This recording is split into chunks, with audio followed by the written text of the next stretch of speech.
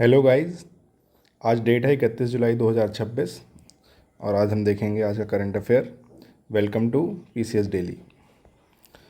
तो पहली हमारी न्यूज़ है कि Patna high court to setup 3 fast track courts. ठीक है। और तो इसके बारे में क्या क्या इंपॉर्टेंट है कि पटना हाई कोर्ट ने सेटअप किए हैं 3 फास्ट ट्रैक कोर्ट। इनका यूज़ क्या है, तो ये speedy disposal of public examination offence cases. तो जो पब्लिक एग्जामिनेशन में जो प्रॉब्लम्स हैं, जो ऑफेंसेस हो रहे हैं, क्राइम्स हो रहे हैं, उनका जो स्पीडी डिस्पोजल करने के लिए ये बनाए गए हैं। अगला इम्पॉर्टेंट पॉइंट है कि कहाँ कहाँ सेटअप होंगे। तो एक पटना में होगा, एक लखीसराय और एक पूर्णिया डिस्ट्रिक्ट में। ये डिस्ट्रिक्ट पूछ सकता है। ठीक है। फास्ट ट्रैक कोर्ट जो हैं, हमने देखा कि पेपर लीक है, इम्पर्सनेशन है, चीटिंग है, अदर अनफेयर मीन्स हैं। इनको जो है ये हियर करेंगे केसेस को। ठीक है। कौन से लॉ के अंडर ये बनाए गए हैं फास्ट ट्रैक कोर्ट? तो public examination prevention of unfair means act 2024 के अंडर ये बनाए गए हैं। ठीक है। इसके अलावा जो स्पीडी ट्रायल होगा, वो 3 मंथ्स के अंदर, चार्जशीट फाइल होने के 3 मंथ के अंदर इसको कंप्लीट होना है। ठीक है। जो फास्ट ट्रैक कोर्ट जो बनाए गए हैं, उनका जो ट्रायल है वो 3 महीने के अंदर कंप्लीट होना चाहिए, चार्जशीट फाइल होने के बाद। अब जो जुडिशियल ऑफिसर डेजिग्नेट किए गए हैं वो हैं गौरव सिंह पटना में, सीमा भारतीय लखीसराय में और ठाकुर अमन कुमार हैं पूर्णिया में। ठीक है। तो फिर से एक बार देख लेते हैं कि 3 fast track court Patna, Lakhisarai, Purnia. ठीक है। Public examination prevention of unfair means act 2024 के अंतर्गत लाए गए हैं। ये 3 महीने के अंदर चार्जशीट फाइल होने के आपको ट्रायल को कंप्लीट होना होगा। और जो जुडिशियल ऑफिसर हैं वो गौरव सिंह है पटना, सीमा भारतीय लखीसराय और ठाकुर अमन सिंह पूर्णिया के हैं। ठीक है। तो हमारी अगली न्यूज़ देखते हैं हम। Jaipur to host Commonwealth conference on peace mediation and rule of law. ठीक है। तो सबसे पहला इंपॉर्टेंट क्वेश्चन तो यही हो गया कि जो ये Commonwealth conference on peace meditation rule of law हो कहाँ रही है? जयपुर में। एक पॉइंट हो गया। फिर कब से कब तक हो रही है? तो 31 जुलाई से 2 अगस्त तक होगी। दूसरा पॉइंट हो गया। नाम क्या है? Commonwealth peace mediation and rule of law. ठीक है। अब इसका जो फोकस है वो क्या है? To promote faster and effective sustainable justice. ठीक है। पीस मीडिएशन का जो फोकस है वो रहेगा resolving disputes through mediation and preventing future conflict. और रूल ऑफ लॉ का जो फोकस है वो है strengthening the judicial system and improving the access to justice. ठीक है। लगभग 30 कॉमनवेल्थ कंट्रीज़ हैं जो इसमें आने वाले हैं। टोटल मेंबर्स जो हैं वो 52 मेंबर्स कंट्रीज़ जो हैं इनवाइट किए गए हैं। All 52 members. Actually it is 54, पर पता नहीं कैसे ये 52 दिखा रहा है। 54 और 56 हैं कॉमनवेल्थ में इस समय। ठीक है। ठीक है। फिर ये जो है, क्या इसका ऑब्जेक्टिव है? To promote alternative dispute resolution. ठीक है। तो ये जो अल्टरनेटिव डिस्प्यूट रिजोल्यूशन है उसको जो है ये प्रमोट करेगा। फिर हम अगली न्यूज़ देखते हैं कि Chhattisgarh to introduce uniform civil code in winter session. Chhattisgarh जो है वो इंट्रोड्यूस करेगा यूसीसी बिल विंटर सेशन में। सीएम जो हैं देवसाई, वहाँ के विष्णु देवसाई, उन्होंने ये बात अनाउंस की। अब 5 मेंबर कमेटी बनाई गई है जून 2026 में under justice retired जंजना Prakash Desai. ठीक है। और कमेटी में और कौन कौन है? तो retired IAS officer Shatrughan Singh, M K. Rath and senior advocate Mohan Pawar. और ये केसेस क्या हैंडल करेंगे? Marriage, divorce, maintenance, inheritance, adoption and related personal laws. अब आप ये बताओ कि अभी तक कितने स्टेट्स ने जो है यूसीसी लागू कर दिया है और उनके नाम क्या क्या हैं, ये आप कमेंट बॉक्स में बताओ। ठीक है। इसमें एक और इम्पॉर्टेंट बात है, और वो इम्पॉर्टेंट बात है ये पर्सन कौन? ये जस्टिस रंजना प्रकाश देसाई। ये बहुत ही फेमस पर्सनैलिटी हैं और इनका नाम कहीं इनका क्वेश्चन पेपर में आपको मिलेंगे देखने को। क्यों? क्योंकि गुजरात, छत्तीसगढ़ और महाराष्ट्र, इन सभी ने जो कमेटी बनाई उनकी चेयरपर्सन यही हैं। ठीक है। ये सुप्रीम कोर्ट की जज थी 2011 से 14 तक, और 5वीं वीमेन जज हैं। ये वुमेन जज हैं 5वीं। ठीक है। पहली कौन थी? फातिमा बीवी। 8th पे कमीशन जो बनी थी उसकी चेयरपर्सन भी यही थी। फिर 2020 में एक डिलिमिटेशन कमीशन बनी थी लद्दाख के लिए, तो उसकी जम्मू कश्मीर एंड लद्दाख, तो उसकी चेयरपर्सन भी यही थी। फिर प्रेस काउंसिल ऑफ इंडिया की 2022 में चेयरपर्सन थी। फिर चेयरपर्सन थी ये लोकपाल सर्च कमेटी 2018। तो जो लोकपाल ओम्बड्समैन के लिए जो पर्सन सर्च करने थे उसके लिए उसकी भी चेयरपर्सन ये थी। तो इतनी सारी चीज़ों में ये हैं जस्टिस रंजना प्रकाश देसाई, तो इनका नाम आरपी देसाई का आएगा कहीं ना कहीं। ठीक है, अगली न्यूज़ देखते हैं। तो थर्ड चिनार बुक फेस्टिवल कंक्लूड्स इन श्रीनगर। ठीक है, चिनार क्या है? तो चिनार वहाँ का एक पेड़ है जम्मू कश्मीर का, डेसिडियोस ट्री होता है ये। कुछ इस तरीके का पत्ता होता है चिनार का, समथिंग रेडिश येलोइश कलर का पत्ता होता है। एक गाना भी है, वो कौन सी मूवी है कि पत्ता अनारों का, पत्ता चिनारों का, तो ये वही चिनार है। याद रखिएगा, जम्मू कश्मीर, लैला मजनू करके मूवी है, जम्मू कश्मीर की स्टोरी है उसमें, तो उसमें चिनार का है, याद रखिएगा। ठीक है, चिनार फेस्टिवल कहाँ हुआ? जम्मू कश्मीर में, श्रीनगर। कहाँ का पार्ट? जम्मू कश्मीर। ठीक है, festival was organised by National Book Trust NBT with district administration Srinagar and NPCUL. ठीक है, इसकी थीम थी together we read together we lead. Okay, featured release of bilingual गोरजी books and new titles under Rajatarangini Samvad initiative. तो वहाँ पे एक Rajatarangini Samvad initiative होता है, उसके अंदर न्यू टाइटल्स जो है रिलीज़ किए गए और बाइलिंगुअल गोरजी बुक्स भी रिलीज़ की गई। फिर वहाँ पे एक होता है Jammu Kashmir and Ladakh through ages का एक रिसर्च पेपर्स हैं, पब्लिकेशंस हैं, तो उनका उर्दू ट्रांसलेशन रिलीज़ किया गया। ठीक है, और कौन कौन थे इस पर्सनैलिटी जो इसमें थे? तो वो एस्ट्रोनॉट शुभ्रांशु शुक्ला, एक्टर राकेश बेदी और फिल्म मेकर इम्तियाज अली, वो भी थे। और स्पेशल जो इंटरेक्टिव सेशन थे वो रखे गए to highlight the contribution of women in various field and promote reading culture and strengthen India's multilingual literary heritage. अब इसमें एक नाम ये भी आया, राज तरंगिनी। तो राज तरंगिनी की स्ट्रेटेजी के देख लेते हैं थोड़ा सा, कि ये हिस्ट्री ऑफ कश्मीर है जो लिखी गई, कब लिखी गई? 12th सेंचुरी, अराउंड 1148 CE से 1150 CE के बीच में कहीं पे लिखी गई है। लिखी किसने है? कल्हान ने। ठीक है, और ये जो है क्या कहते हैं, संस्कृत में लिखी गई। ठीक है, इसकी जो लैंग्वेज है वो संस्कृत है। और क्या बोलते हैं कि ये, ठीक है, ये हमारा हो गया क्या कहते हैं ये न्यूज़। अगली देखते हैं। तो Uttarakhand launches radio colouring of elephant. तो इसमें क्या करना है कि जो हाथियों का झुंड होगा ना, बहुत सारे हाथियों का, तो उसमें जो सबसे बड़ा हाथी होगा जो उनको लीड करता है, उसके गले में एक घंटी बांध देंगे। घंटी मतलब रेडियो कॉलरिंग। तो ये कहाँ पे होने वाला है? तो ये उत्तराखंड गवर्नमेंट करेगी। ठीक है, उससे क्या होगा कि जिधर जिधर ये लीडर जाएगा इनका, उधर उधर बाकी पीछे वाले जाएंगे, पब्लिक जाएगी हाथियों की। तो इससे जो है एलिफेंट के झुंड को ट्रैक करना बहुत आसान हो जाएगा। तो ये काम उत्तराखंड गवर्नमेंट करने वाली है। ठीक है, तो Uttarakhand forest department will fit radio collar on the heard leading elephant. ठीक है, बॉस के गर्दन में बांध देंगे वो ये, तो उनका रियल टाइम मूवमेंट जो है हम ट्रैक कर सकते हैं। उसके बाद ये जो प्रोजेक्ट डेवलप किया जाएगा ये wildlife institute of India के द्वारा किया जाएगा। ठीक है, तो wildlife institute of India identifies herd leading elephants by studying herd size, movement route and visited settlements. तो इस तरीके से वो जो है इसको, जो उनके हर्ड साइज जो आइडेंटिफाई करेंगे, हर्ड लीडिंग एलिफेंट को हर्ड साइज स्टडी करके, मूवमेंट रूट स्टडी करके, एंड जो उनके सेटलमेंट हैं जो जो उन्होंने विज़िट किए हैं हाथियों ने, उनको स्टडी करके। ठीक है, अब ये जो कॉलर्ड एलिफेंट है ना, उससे पता चल जाएगा कि पूरा हर्ड कहाँ जा रहा है, प्रॉक्सी का काम करेगा ये। ठीक है, उसके अलावा जो इम्पोर्टेंट है इसमें वो ये है कि 2020 में एक एलिफेंट सेंसस हुआ था, तो उसमें 2026 वाइल्ड एलिफेंट्स मिले थे उत्तराखंड में, और 10% ये जो है इंक्रीज़ हुआ। कब से? 2017 से। उस समय कितने मिले थे? तो 1839 मिले थे 2017 में। फिर 2020 में ये जो संख्या है ये बढ़ के हो गई 2026। ठीक है, ये ईयर है और ये नंबर है। उसके अलावा जो अधिकतर एलिफेंट्स पाए जाते हैं वो तराई और शिवालिक लैंडस्केप में पाए जाते हैं, including Rajaji Corbett corridor. Okay, Dehradun की जो समर कैपिटल, जो उत्तराखंड है उसकी समर कैपिटल है देहरादून, और विंटर कैपिटल है वहाँ की गैरसेन। ठीक है, ये भी डाटा हम याद रखेंगे।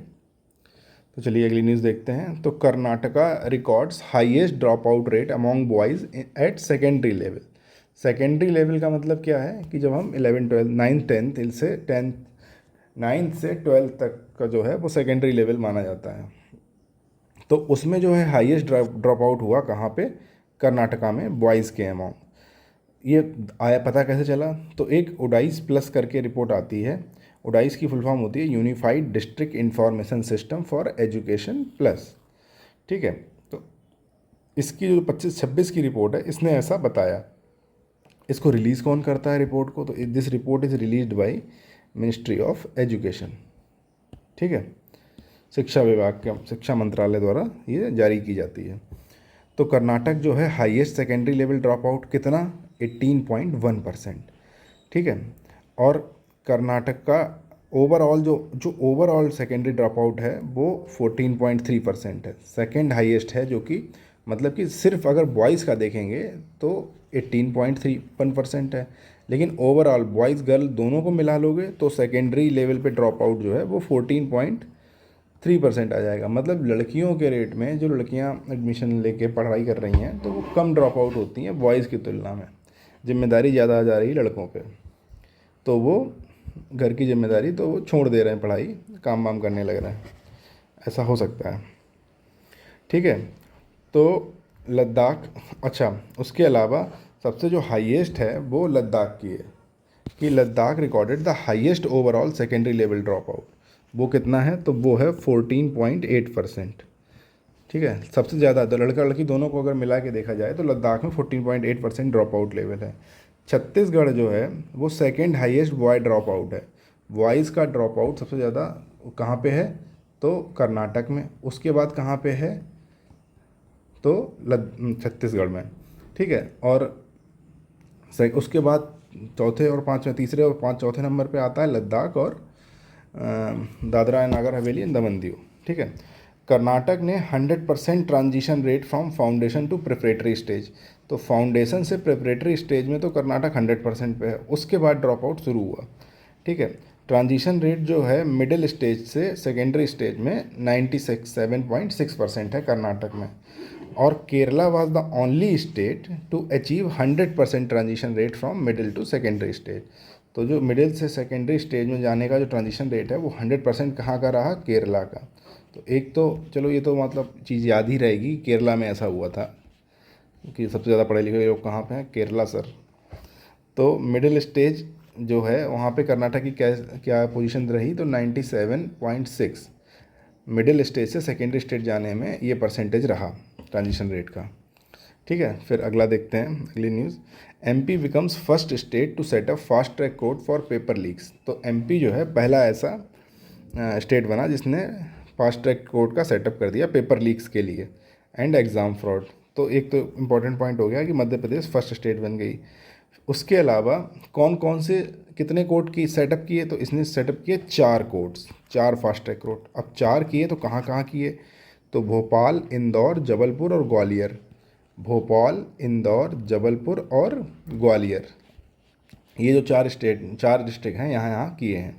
ठीक है, वही चीज़ है जो वहाँ बिहार वाले में थी कि डिस्पोज होना चाहिए 3 महीने में। ये चीज़ कॉमन है दोनों में। ठीक है, इसके अलावा एक सीएम जन विश्वास अभियान भी चलेगा।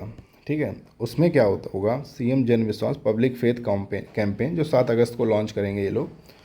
इस जन विश्वास अभियान में क्या है कि हर फ्राइडे को जो मिनिस्टर्स हैं, हर फ्राइडे को मिनिस्टर्स और ऑफिशियल्स को ऑफिस मीटिंग की जगह ग्राम पंचायत और अर्बन वार्ड्स को इनको विजिट करना रहेगा। Official and minister will visit gram panchayat and urban wards.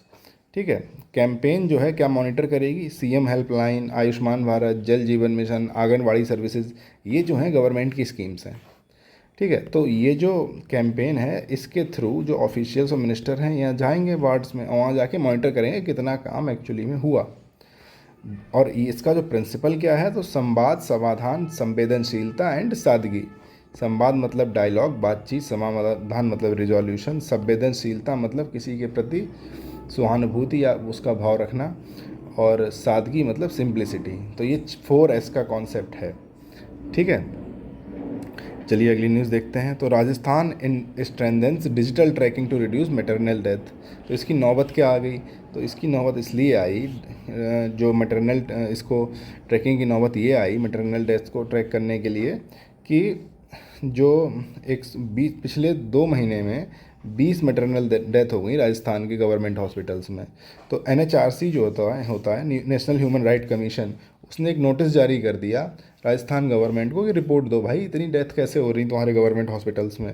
तो फिर इनके जो सेक्रेटरी और गवर्नमेंट लेवल के ऑफिसर हैं उन्होंने क्या करा कि उन्होंने एक digital tracking of high risk pregnancy women and referral management, कि जो वीमेन जिनकी प्रेगनेंसी थोड़ी ज़्यादा क्रिटिकल है उनको मॉनिटर डिजिटल ट्रैकिंग के एक सिस्टम उन्होंने बनाया। ठीक है। और ये करने वाला ये जो मीटिंग हुई, high level review meeting chaired by chief secretary B Srinivas at Swasthya Bhavan Jaipur में ये मीटिंग हुई। ठीक है। तो अब इससे क्या होगा, डिजिटाइज करने से क्या होगा? तो अगर आपके पास आइडिया है, डिजिटल ट्रैकिंग है, तो उसमें गवर्नमेंट जो है वो टाइमली इंटरवेंशन करके मेडिकल सर्विसेज प्रोवाइड कर सकती है। और अगर कुछ ज़्यादा ही हाई रिस्क है, बहुत ज़्यादा हाई रिस्क प्रेग्नेंट वूमेन है, तो उसको एक dedicated auxiliary nurse, midwife, ANM जिसको बोलते हैं, एएनएम, ठीक है, ऑक्सिलरी नर्स मिडवाइफ जो है उसको डेडिकेटली एक पर्सन को एक दे दी जाए अगर इसकी प्रॉब्लम बहुत ज़्यादा है। उसके अलावा जो 104 और 108 नंबर पे जो एम्बुलेंस आती है उसका टाइमली जो है वो रिसीव हो जाए। ठीक है। जो ये डेथ हुई ना, 20 मैटरनल डेथ हुई, तो इनमें जो मेजर कॉजेज़ क्या सामने आए थे कि पोस्टमार्टम हेमोरेज, मतलब कि जब after giving birth to baby blood loss ज़्यादा हो गया, ब्लड प्रेशर बढ़ गया, किसी केस में एनीमिया बहुत ज़्यादा था, और किसी में पोस्ट ऑपरेटिव कॉम्प्लिकेशंस आए, तो ये वजह बनी। ठीक है। फिर अगला देखते हैं। तो हो गया हमारा, और हमारे पास टाइम बचा है 4 मिनट। तो चलो एक काम करते हैं, कुछ स्कीम्स देख लेते हैं गवर्नमेंट की। ठीक है। तो सेंट्रल गवर्नमेंट की एक स्कीम है, क्या कहते हैं कि रिलीफ स्कीम। ठीक है। सेंट्रल गवर्नमेंट की स्कीम है रिलीफ। ठीक है। तो रिलीफ स्कीम जो है, तो ये किस चीज़ के लिए है? तो रिलीफ स्कीम जो सेंट्रल गवर्नमेंट की है, तो उसमें जो अभी जो वेस्ट एशिया में जो कॉन्फ्लिक्ट हो रहा है ना, कॉन्फ्लिक्ट हो रहा है वेस्ट एशिया कॉन्फ्लिक्ट की वजह से जो ट्रेड डिस्ट्रप्शन आया है, ट्रेड डिसरप्शन जो आया है, ठीक है, उसमें असिस्टेंस प्रोवाइड करने के लिए ये क्या आई है, रिलीफ स्कीम। ठीक है। फिर एक स्कीम है पीएम राहत। पीएम राहत, तो पीएम राहत किस लिए है? तो पीएम राहत इसलिए है कि जैसे रोड एक्सीडेंट्स के लिए है ये, पहली चीज़ तो। अब रोड एक्सीडेंट्स में ये क्या करेंगे?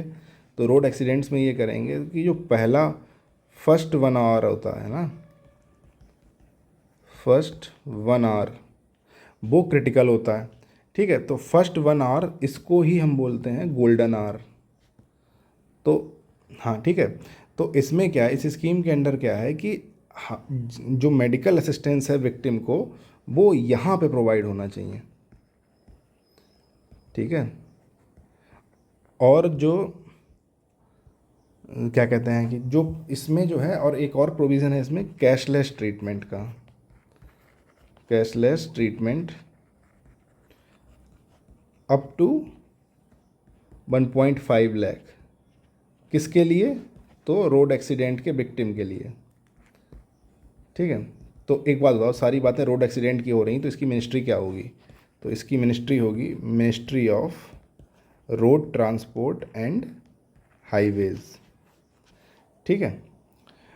अभी और है समय, 1 मिनट और है, चलिए एक और देख लेते हैं। तो ये कैसे ऐड होगा? ठीक है, चलिए यहीं पे देख लेते हैं। ठीक है। तो एक चीज़ देख लेते हैं, बीवी राम जी देख लेते हैं। तो बीवी जी राम जी, बीबी जी राम जी जो है, ये स्कीम कौन सी वाली थी? तो ये स्कीम पहले जो मनरेगा चला करती थी उसको ही रिस्ट्रक्चर करके जो है बीबी राम जी जो है स्कीम लागू की गई। कब से स्टार्ट होगी ये? तो 1 अप्रैल 2026 से जो है ये लागू होगी। ठीक है। तो अब पहले जो है इसमें 100 दिन का काम मिलता था। ठीक है। अब काम मिलेगा 125 दिनों का। ठीक है।